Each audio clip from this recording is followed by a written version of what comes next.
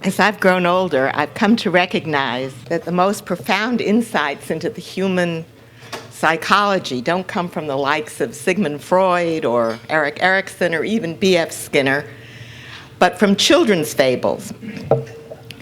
And the war on energy, which is my subject today, brings to mind one of them, the story of Chicken Little.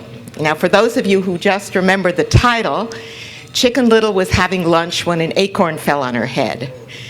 She concluded the sky was falling, and she went off to tell the king. She figured the king would know what to do. Well, on her way, she met Henny Penny, Goosey Lucy, and Cocky Locky, and she explained the situation to them, and they all agreed to come, drop what they were doing, and go and tell the king. Then they met Foxy Loxy, who offered to help, and at that point, the versions of the story differ. The most famous version, Foxy Loxy eats two of them, and Cocky Locky manages to warn Chicken Little, who escapes. Then there's another version where Foxy Loxy eats the whole lot. And then there's the modern sanitized version where no one gets eaten. And you have the king's dogs come along, and they chase Foxy Loxy, who runs away. And there's the requisite happy ending for modern children. In its pre-boulderized form, the story is a psychological gem. There's the human readiness to believe in apocalypse. There is the very thin evidence, virtually no evidence, on which this belief is based. And there's the ease with which others are convinced. Because the others, one of them was looking for berries, one of them was looking for seeds, and it was not difficult. You drop everything in a higher cause, namely to to save the earth. And finally, there are the terrible consequences of blind, ill-informed belief. The modern environmentalist movement has been so successful because it draws upon these aspects of the human psyche. There is the fear of apocalypse. Environmentalists careen from one to another. The most successful, they really hit a home run with a global warming apocalypse. It doesn't matter how spurious or how thin the evidence is. Believers find it relatively easy to persuade others to throw themselves into the task of saving the earth. And of course, the environmental enthusiasts are not as smart as whoever wrote the story of Chicken Little, because they don't see the doom down the road if their earth-saving program is followed. The very absurdity of their ideas works in their favor. That's because the average person simply can't believe that the environmentalists hold the beliefs that they do. Back in 1993, Dixie Lee Ray, speaking to this organization, made much the same point. And Governor Ray quoted a number of these people. To me, perhaps the most shocking was David Brower, who was the founder of Friends of the Earth. And he told a convention of loggers in British Columbia, and I quote, "Loggers losing their jobs because of the spotted owl legislation is in my eyes no different from people being put out of work after the furnaces of Dachau shut down." He should have said Auschwitz, because Dachau didn't have furnaces, but put that aside. I guess you have to credit him with guts. Dixie Lee Ray said it was a miracle he got out of British Columbia alive after saying that. But she provided another example, another quote, this one from a bureaucrat from the National Park Service, which I saw, by the way, quoted in Mark Levin's new book. It was an op-ed in the LA Times. Here's the quote, "I know social scientists who remind me that people are a part of nature. That just isn't true. We have become a plague upon ourselves and upon the earth. Some of us can only hope for the right virus to come along."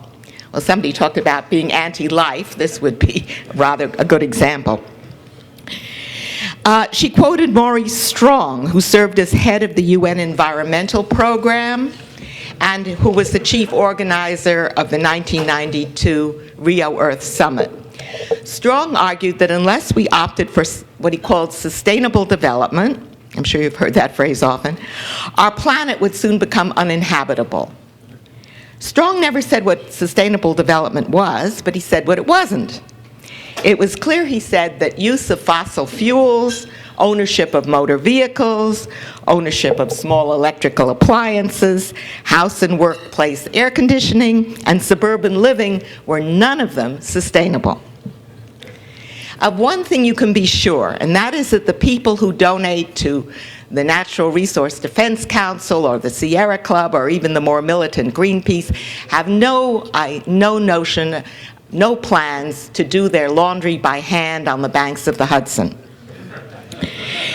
If you were to bring these quotes and many similar ones to the attention of the pampered middle-class folks who contribute to these organizations, they simply would refuse to take them seriously. The gap between the environmental radicals who set the agenda for these organizations and the public, with its hazy, warm feelings about the environment, because who can be against the environment, that opens the space for the games that environmentalists play. Now, the problem with this title of my talk, Games Environmentalists Play, is that games sound innocuous and these games are anything but. Their chief focus is on halting development of energy, obviously the lifeblood of Western economies. So these games have a profound impact on our daily lives and our national security. But before we get to some of these games and their corrosive impact on our national security, a little history. The modern environmentalist movement burst on the scene in 1970 in an apocalyptic panic. The rhetoric and the emotion were strikingly similar to what you get with the Armageddons around global warming. Up to then, the Earth had been a comfortable dwelling place. Now, suddenly, pollution was on the verge of making it uninhabitable. There was a sign in one of the organizations, Ecology Action, we are 5 years into the biosphere self-destruct era. Now, this Ecology Action was one of 200 environmental groups that mushroomed in the San Francisco area alone during the panic. We tend to forget this. Public emotion reached its peak with Earth Day on April 22nd, 1970, and if you want a day for the start of the modern environmental movement, that's as good as any. Millions of Americans took part. Congress shut down. Members of Congress fanned out throughout the country to speak to their constituents.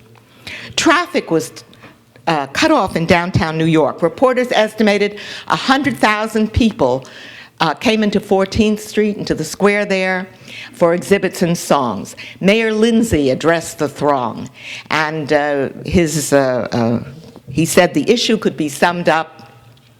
This is the level of sophistication that is common in apocalyptic fevers. He said the issue could be summed up simply: do we want to live or die? In 1980, my husband and I wrote a book called The Coercive Utopians. It focused on the ideas and activities not only of the environmentalists, but of a variety of groups with a very bleak view of American domestic institutions and America's role in the world. They range from the bureaucracies of the mainline churches to the environmentalists, to radical think tanks, to the Naderite public interest groups. All of them still around. In the book, we explained why the new left of radicals from the 1960s trooped into the environmental movement in the 1970s. Both political and environmental radicals understood that modern industrial society runs on energy. Both groups wanted to put a tourniquet around centralized energy development as the key to transforming society. Both groups wanted to see energy in short supply.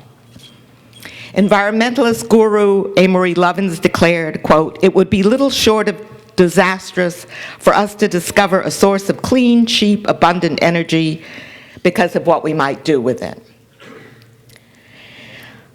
Lovins, by the way, is still going strong. He's currently touting a hugely expensive hypercar of his design, which he says with his typical modesty it'll spell the end of the car, oil, steel, aluminum, nuclear, and coal industries as we know them.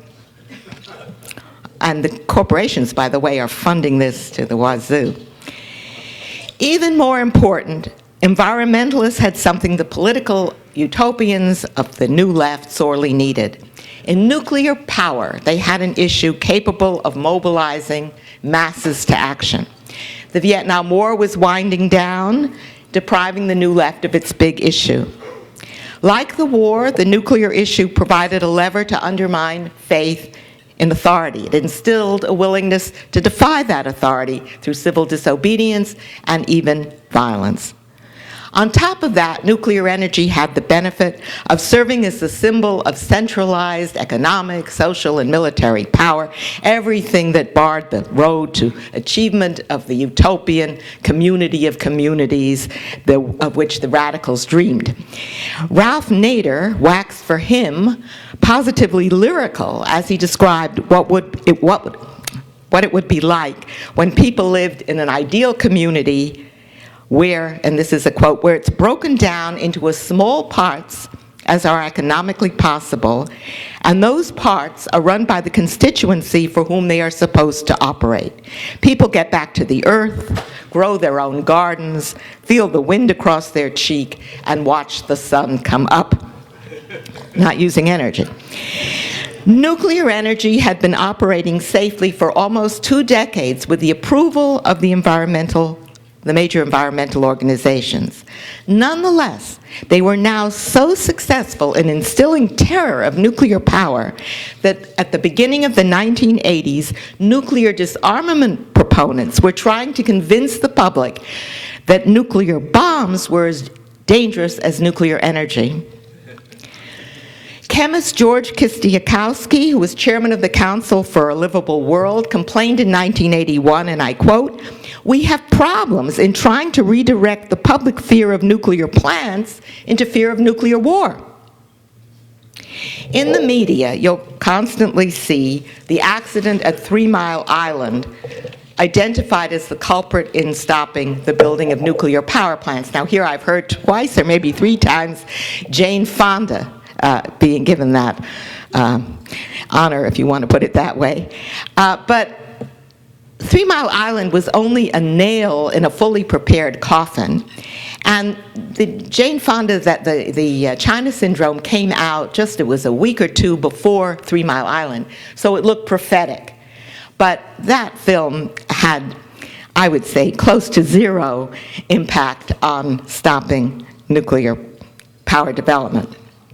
Well, if you doubt what I'm saying, remember, in 1977, 2 years before 3 Mile Island and 2 years before the China Syndrome, President Carter faced one of the energy crises of that period. And it was so bad, he told Americans that we faced the moral equivalent of war. Yet he came up with an energy policy in that year that totally omitted nuclear power. And remember, 1977 was also the year when he ruled out the breeder reactor and reprocessing of nuclear fuel. The anti-nukes were already riding high. But while nuclear energy was their boogeyman, the basis for demonstrations and fundraising, the new brand of environmentalists were opposed to all traditional energy sources. These represented what Amory Lovins called the hard path. The Natural Resources Defense Council, for example, brought suit against nuclear, coal, oil, and hydroelectric projects. That's when it was still small. Today it has 400 lawyers and support staff to bring its to let loose on our major sources of energy. Such was their impact that a mere 7 years after Earth Day, the Coercive Utopians were ensconced in government. The Utopians were articulate and self-confident, full of new ideas. The incoming Carter administration was disposed to give them their chance. Writing in Fortune during Carter's first year, journalist Juan Cameron identified no less than 60 consumer, environmental, and public interest advocates who had immediately moved into sub-cabinet posts and into the White House, into White House spots as advisors. Especially important, they obtained posts controlling financial spigots, outfits like Action and Vista, which still exist in under different names in other bureaucracies in the government. One bureaucrat observed, if you were a member in good standing of the New Left, you were guaranteed help if you had an organization. Of course, solar energy got its cut. It was the noble incarnation of the soft path opposed to the evil hard path of fossil energy.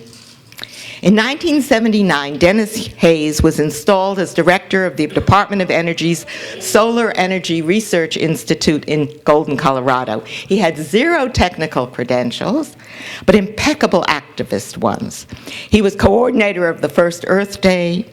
He was coordinator of Sun Day in 1978. That never took off the way Earth Day did. He was founder of the Solar Lobby.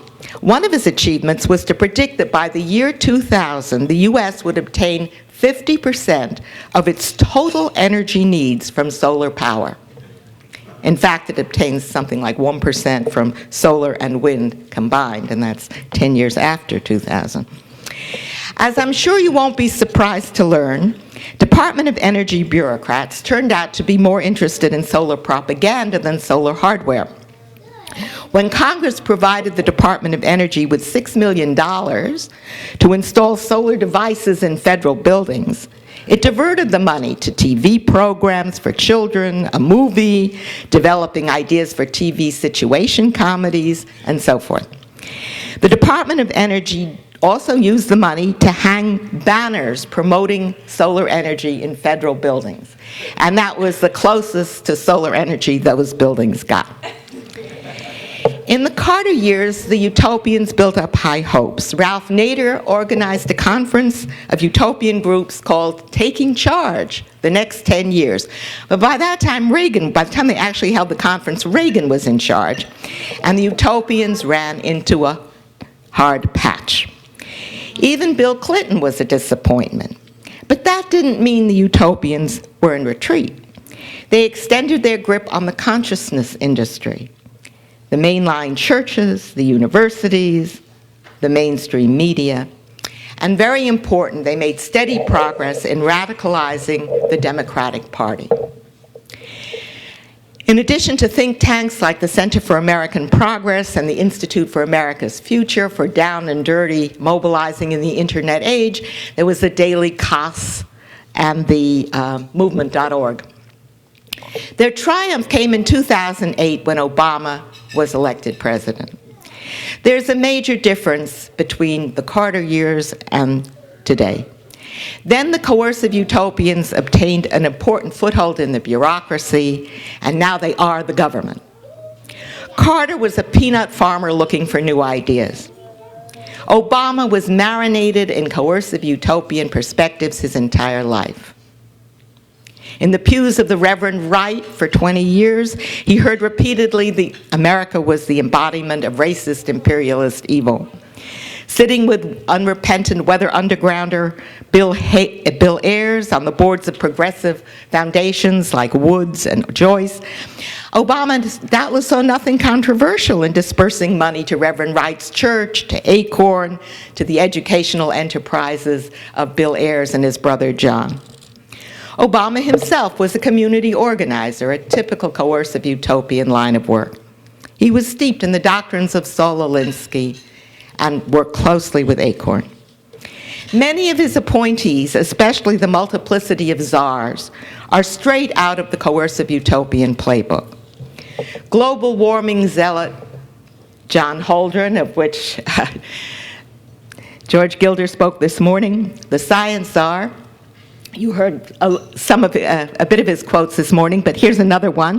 Back in 1973, he declared that the goal must be, quote, to de-develop the United States.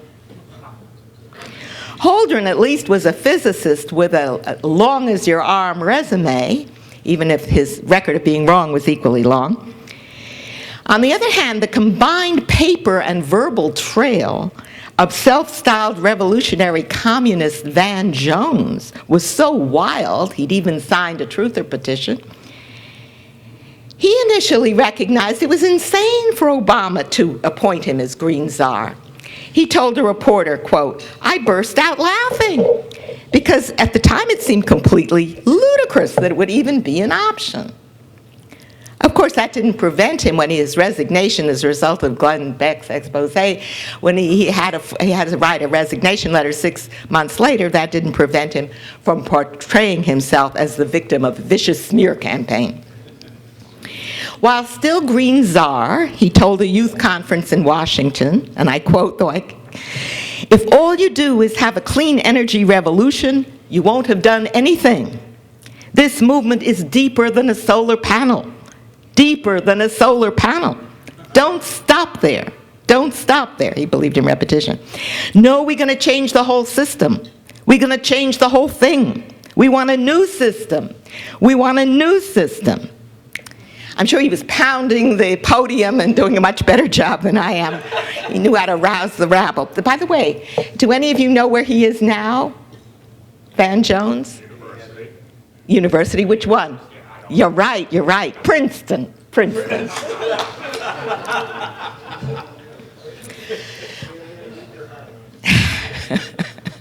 Yeah, he's not at Purdue, that's lucky. Which brings us to the games that environmentalists play. They pretend to be something they are not.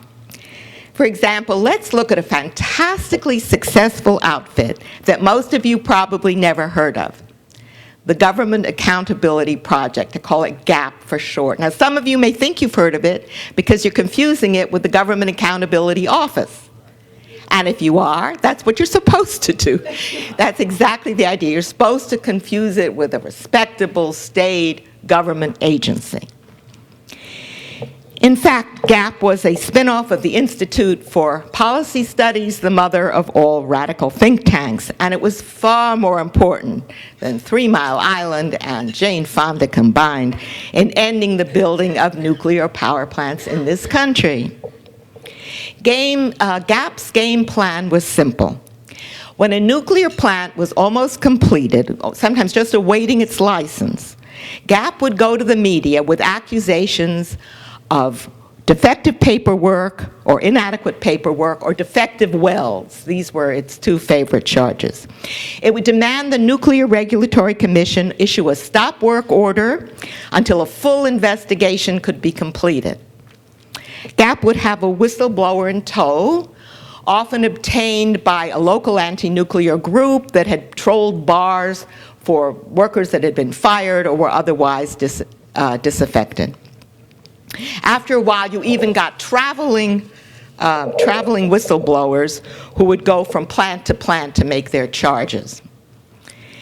GAP pretended it was not opposed to nuclear energy. In a statement to the Nuclear Regulatory Commission, GAP declared, and I quote, "The project, GAP, is not an anti-nuclear organization. Its purpose is to prevent health and safety dangers, corruption, fraud, and other abuses."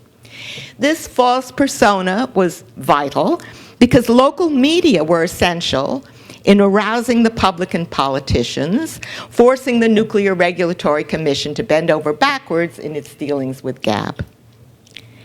Americans are loath to assign bad faith to people who say that they are pursuing the public interest, and the media swallowed GAP's line whole.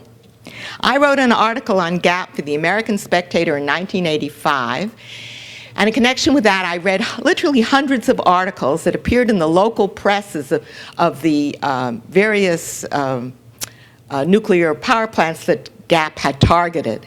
And I didn't see one mention ever of GAP being defined as an anti-nuclear group. It was, quote, an environmental watchdog group, a government watchdog group, a national public interest organization. Even specifically business-oriented national media were no more probing. The Wall Street Journal referred to GAP as a private watchdog group, and Business Week described it as a public interest group. Under these circumstances, the Nuclear Regulatory Commission obediently played fly to GAP's spider, launching repeatedly last-minute investigations in plant after plant, even though GAP's allegations were repeatedly shown to be inaccurate or of no significance to safety. GAP's hope was that the millions of dollars in interest payments the utilities would have to pay at this very last stage of development would force them to abandon the plant. And this worked in the case of Cincinnati's gas and electric Zimmer plant. Although there was no evidence there was anything wrong with the plant, it turned out the utility was indeed guilty of sloppy paperwork. And it faced the prospect of tearing down large portions of the plant to start the paperwork all over again. The utility threw in the towel, although the plant was 97% complete. Most of the other plants GAP targeted eventually did go online, but GAP was enormously successful nonetheless. It forced significant delays that hugely drove up costs. It created a climate of fear and distrust of nuclear power among the communities that were in the public, of the communities to be served by the targeted plants. But most important, it convinced utilities throughout the country that nuclear plants involved far too much uncertainty, expense, and adverse publicity to be worth building. As a result, no nuclear plants were even considered for the next 30 years, and we heard today that it would take a good 20 years even if they were, a plant was now to be approved by the Nuclear Regulatory Commission. And the anti-nukes have not yet begun to fight. Remember those 400 lawyers and support staff at the Natural Resource Defense Council alone. GAP's 1984 budget was $180,000. It staffed 3 poorly paid lawyers and a community organizer. Yet merely investigating one relatively minor charge at Consumer Midland's plant cost the Nuclear Regulatory Commission $800,000. Overall, GAP cost the nuclear industry, and of course the consumer, us, many, many billions of dollars. You had to be an original investor in Microsoft to get that much bang for your buck. To paraphrase Churchill, rarely have so few wreaked so much damage upon so many. Fast forward 30 years and not much has changed, at least when it comes to the games environmentalists play. Their cry is still that we must save the planet from imminent destruction. Now it's not pollution that's going to shut us down, but global warming. Bill McKibben is one of the most energetic popularizers of the new apocalypse. He even started 2 organizations to propagate the Green Armageddon. And he calls his new book Earth, but it's spelt with E-Arth. And that's to signify that the damage is already great, so great that the Earth as it used to exist no longer exists. And we just don't know that the Earth is not there anymore. I can't resist mentioning this book because it has one of the silliest statements I've read, even from an environmentalist. McKibben talks of a team of computer experts from MIT and elsewhere who formed a group called Climate Interactive and built, just before the Copenhagen summit, and I quote, a sophisticated software model that could instantly analyze any proposal and tell you what it would mean 100 years down the road. It's interesting that for all their suspicion of technology, these people have an absolutely ludicrous faith in anything a computer can spit out. You have the same games as you did before with environmentalist organizations paying lip service to energy development while opposing actual energy development of any sort, including the kinds they claim to support most ardently. The mine workers, the games go to the very top. On the campaign trail, Obama assured President of the United Mine Workers, Cecil Roberts, that he was, and I quote Roberts, a tremendous supporter of coal and the future of coal. On the other hand, Obama was caught offering his real views on YouTube, quote, if somebody wants to build a coal-powered plant, they can. It's just that it will bankrupt them because they're going to be charged a huge sum for all that greenhouse gas that's being emitted. Decades ago, Peter Metzger got it right. He's the scientist and writer from whom we borrowed the term coercive utopians. And Metzger said that environmentalists are enthusiastic about energy sources as long as they don't exist. And he predicted the same hostility to solar power should it become viable. And sure enough, today environmentalists are seeking to block solar energy projects on federal lands, including projects in the Mojave Desert. And that's an area that Interior Secretary Salazar has approved for solar development. Without those projects, California's bold energy plans come unglued. Governor Schwarzenegger in 2009 signed an executive order mandating that by 2020, the state's utility had to obtain 33% of their power from renewable sources. Building solar projects in the Mojave Desert was to be the key to achieving that unlikely goal. The utilities were lined up. The investing companies were lined up. There was a huge Department of Energy subsidy that was lined up, and you better believe you needed that for this. It even seemed the environmentalists were lined up.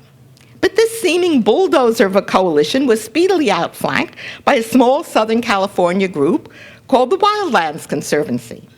The Wildlands Conservancy opposes the plans on the usual assortment of grounds. The projects will threaten endangered species, destroy rare plants, use vast amounts of water, and require ugly transmission lines.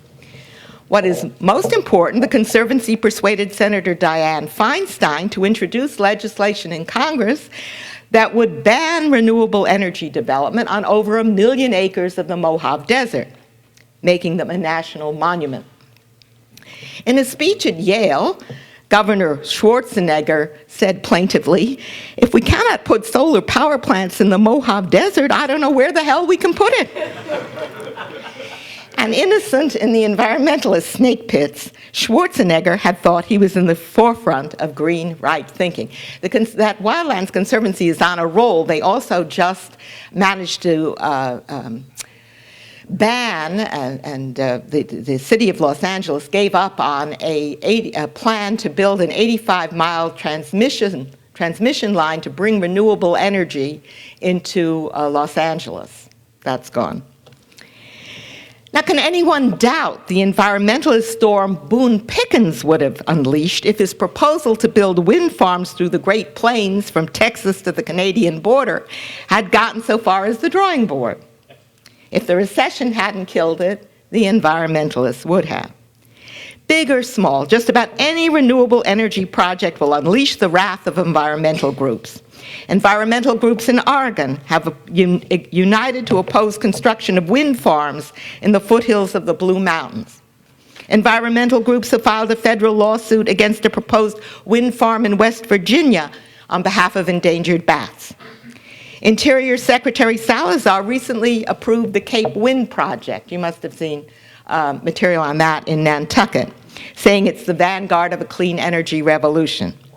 Well, environmental opponents have since filed lawsuits against Cape Wind, charging violations of the Endangered Species Act, the National Environmental Policy Act, the Outer Continental Shelflands Act, the Clean Water Act, the Migratory Bird Treaty Act, the River and Harbors Act, and tribal protection laws.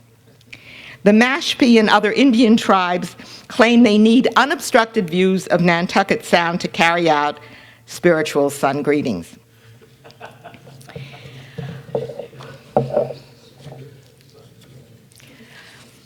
As the Wall Street Journal points out, the laws spawned by the last clean energy revolution are being used to wipe out this one, which, given how uneconomic these various projects are, may be a good thing.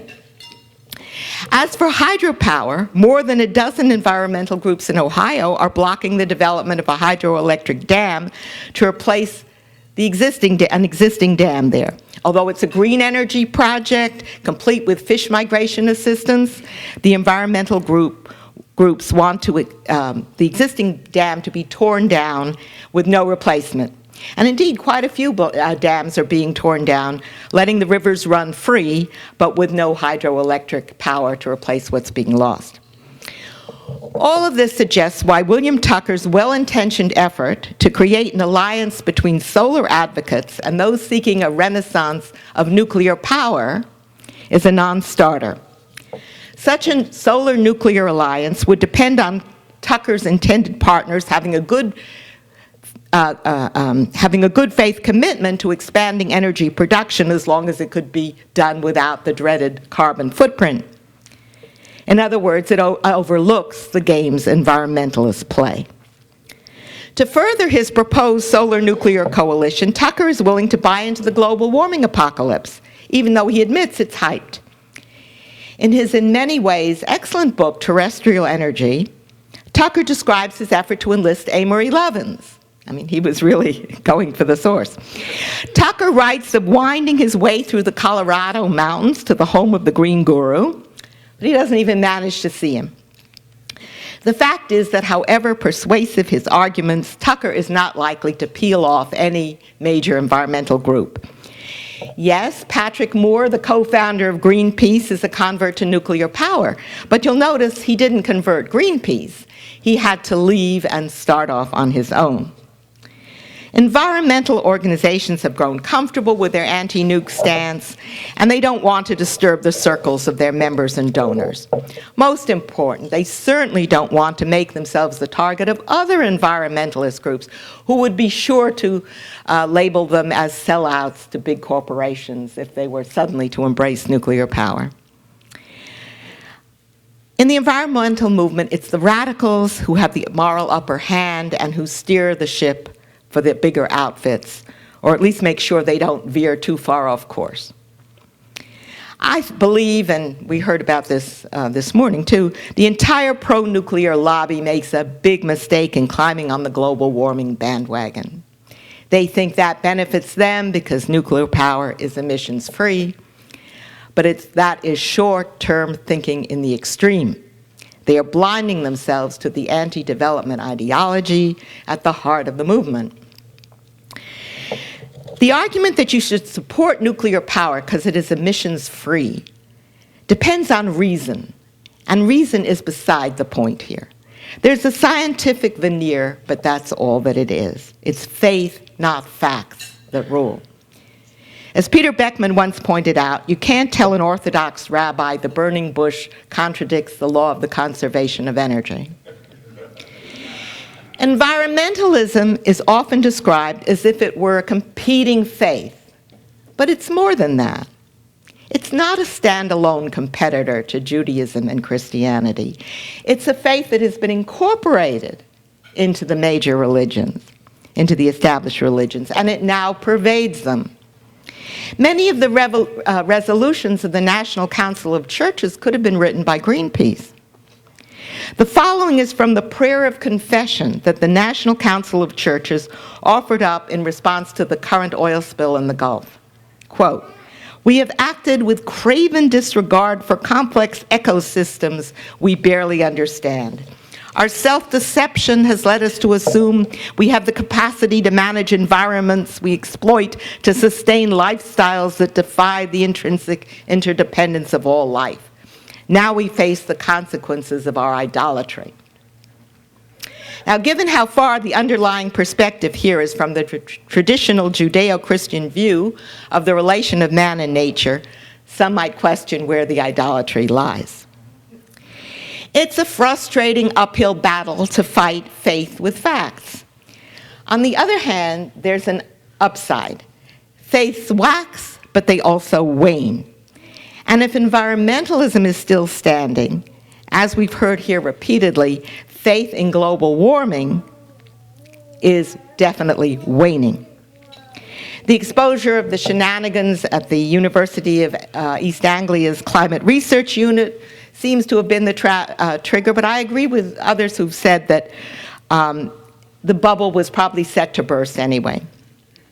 Like the housing bubble, it quickly rose to absurd heights, and the air had to come out. What's going on in England is especially interesting. If any of you watch the BBC, you must have noticed how obsessed the English have been with man-made global warming. But now the New York Times reports that a BBC poll has found that only 26% of Britons believe in it. Now that's a huge collapse. And it's had its effect on politicians there. Here, I'm not so sure. I'm less optimistic than Mark Morano, certainly in the short run, because the EPA and the politicians and the alarmist scientists here are still going on as if nothing had happened.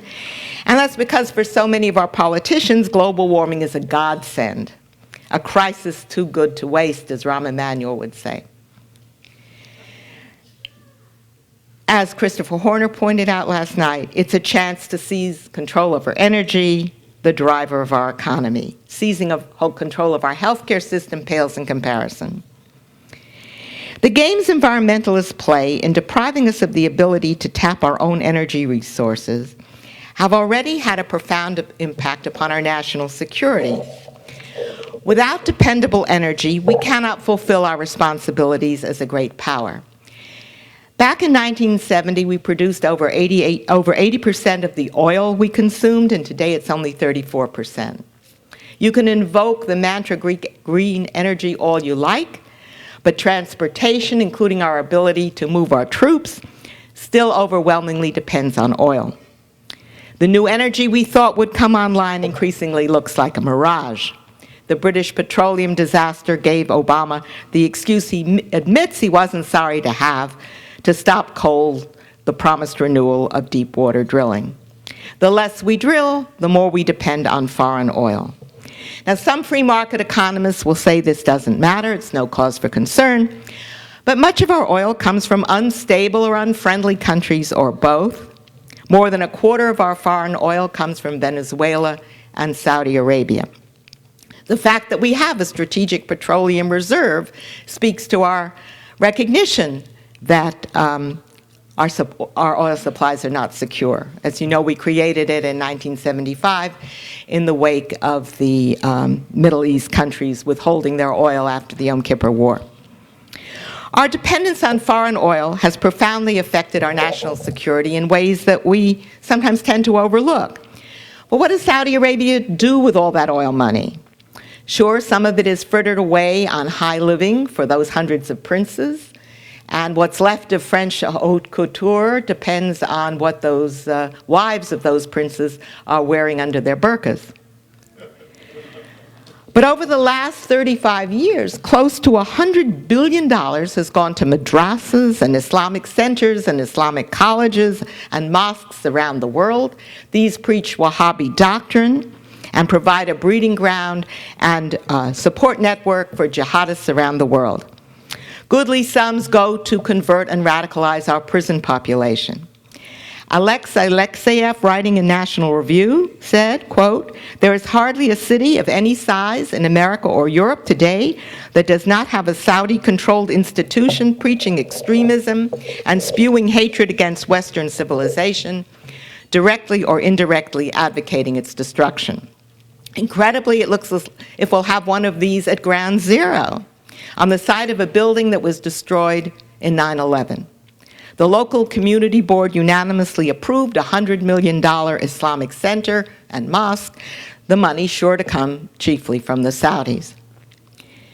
Huge sums flow directly to terrorists. A 2002 report to the UN Security Council found that Al-Qaeda and fellow jihadists had collected between $300 and $500 million, mostly from Saudi Arabia and Saudi Arabian and private, from Saudi, it's not from Saudi Arabia as a country, but from Saudi charities and private donors.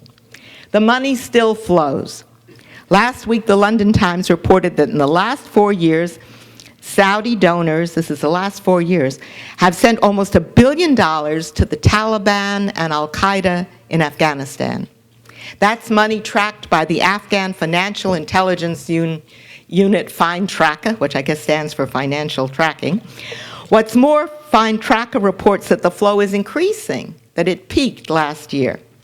That's all oil money, much of it our money, going to kill our troops. Without oil, Saudi Arabia would have remained a collection of picturesque Bedouin living in tents. The World Trade Center would still be standing, and our armies would not be fighting in Afghanistan, and probably not in Iraq either. Filled close to capacity, as it is now, the Strategic Petroleum Reserve gives us a 34-day supply of oil. That's not a long time, given the potential disruptions out there. It now seems almost inevitable that, barring Israeli action, Iran will have its nuclear bomb. Ahmadinejad has repeatedly promised to eradicate Israel in a single strike, and it's foolish to dismiss the threats as meaningless rhetoric. Israel is usually considered as a passive victim, but don't forget, Israel has nuclear bombs, and if it comes under nuclear attack, is likely to use them. After a nuclear exchange, it's hard to imagine oil flowing smoothly through the Middle East for quite some time to come. The oil-rich Gulf states are just as frightened, or almost equally frightened, of a nuclear Iran. Iran has issued open threats to take over several of the Gulf states, including Kuwait, Bahrain, and the United Arab Emirates. In the words of leading Iranian cleric Ayatollah Karazi, this will be prelude, quote, to the single global rule of the Mahdi. The Gulf states don't think this is meaningless rhetoric. They recently held a summit to complain of their fears of what Iran will do. What we consider rationality is in short supply in the new members of the nuclear club. Presumably made confident by its bomb, North Korea destroyed a South Korean ship, which is an act of war. It's impossible to know in advance precisely what the mullahs will do, but it seems highly probable that once Iran has the bomb, it will be emboldened to embark on adventures that will have serious consequences for the entire West's oil supply. Almost 40% of the world's traded oil goes through the Straits of Hormuz. If a nuclear Iran merely threatened to cut it off, oil prices would rise to the stratosphere and Europe would be forced to submit to Iran's political demands. It's not only our environmentalists who know how to play games, as Iran's toying with the West over its nuclear program now for the last couple of years shows they are expert at playing games. The irony is if it were not for the obstructionism of environmentalists and the pandering to them of the political class, our energy options would be greater than ever. The Wall Street Journal of May 10th has an article headed, "How Shale Gas is Going to Rock the World." New techniques of hydraulic fracturing or fracking and horizontal drilling have vastly expanded our domestic natural gas reserves and have already brought down the price of gas significantly. Plentiful gas can reduce our need for oil, including in transportation. Perhaps the recent discovery of a way to make cells and test tubes will bring the era of man-made oil closer to fruition than we think. Of course, the environmentalists are already gearing up to obstruct the development of shale gas, and there'll be help. Last week, there was a blowout at an of a gas well in Pennsylvania that was using fracking, and there were several natural gas pipe explosions last week to make things worse. And some of the environmentalist groups have already expressed dismay at the advance by Craig Ventnor and his company in artificially creating cells. And of course, after the dismay come the lawsuits. Which leads to the big final question: what can we do to stop the radical green agenda, which, like a jungle vine, has wrapped itself around the most vulnerable parts of our economy? Well, as an antidote, I propose green tea. Reportedly, it has many salubrious effects on the human body. It also can return to health our body politic, at least taken in the form I am thinking of, a green tea party. I should add, though, in light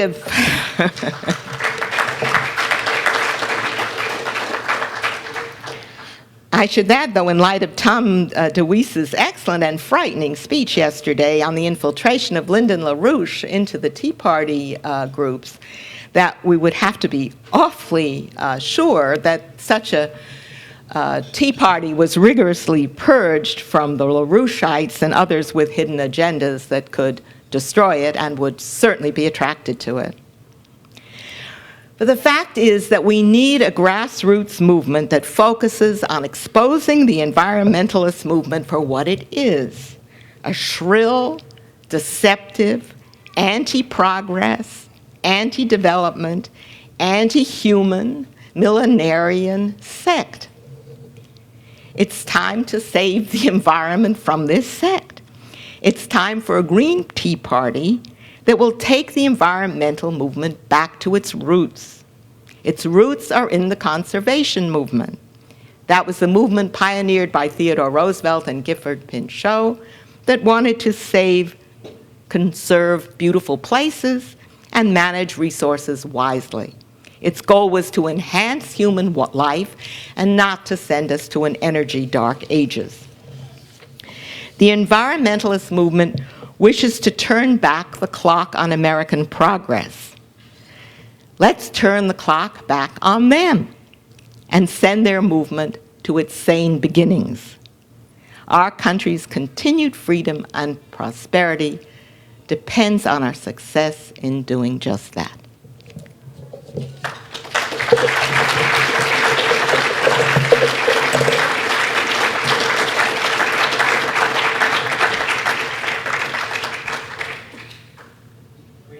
We have time for a few questions. All right.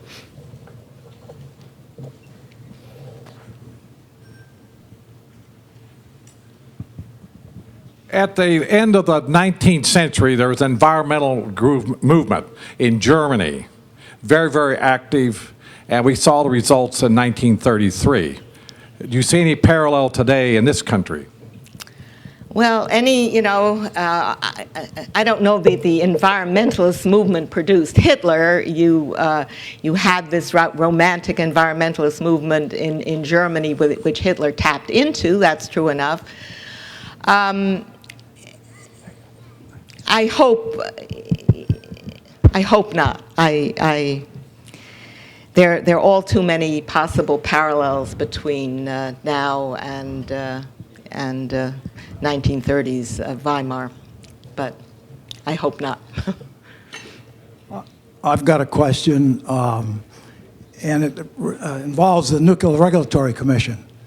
And do you see history repeating itself, specifically in the late 1970s?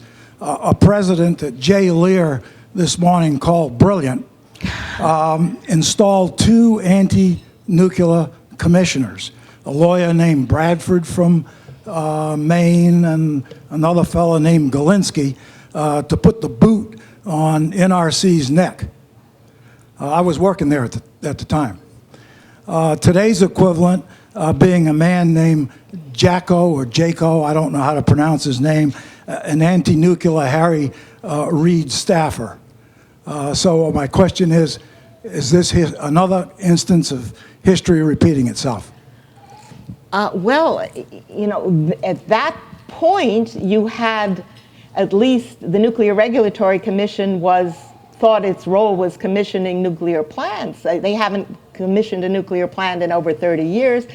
And even if they were to, the process would go on for so long. So, it almost doesn't matter that you have someone like that on the Nuclear Regulatory Commission, because 20 years from now is a huge amount of time in which you could, which would be the minimum time that you could expect. What we've done is create such litigation opportunities that companies want certainty, and the only certainty they have if they're going to start on nuclear power is lawsuits. That's the certainty. So it's not a prospect that you wonder that any of them even want to take on the beginning of the process. Do you have any specific guidelines for putting the T, something similar to Reagan's 12 Commandments, anything that you would ask the T movement to install? Or Well, that's something to, I would think about. I hadn't thought of commandments for it. Obviously, one of them is to be awfully careful who you accept in your movement. We now, forewarned is forearmed, that you can't let yourself be taken over by another cult. But that would certainly be something, if we were to have a Green Tea Party, to start out with those 10 commandments and to think what they should be. Okay, if there are no more questions, thank you very much again, Dr. Isaac.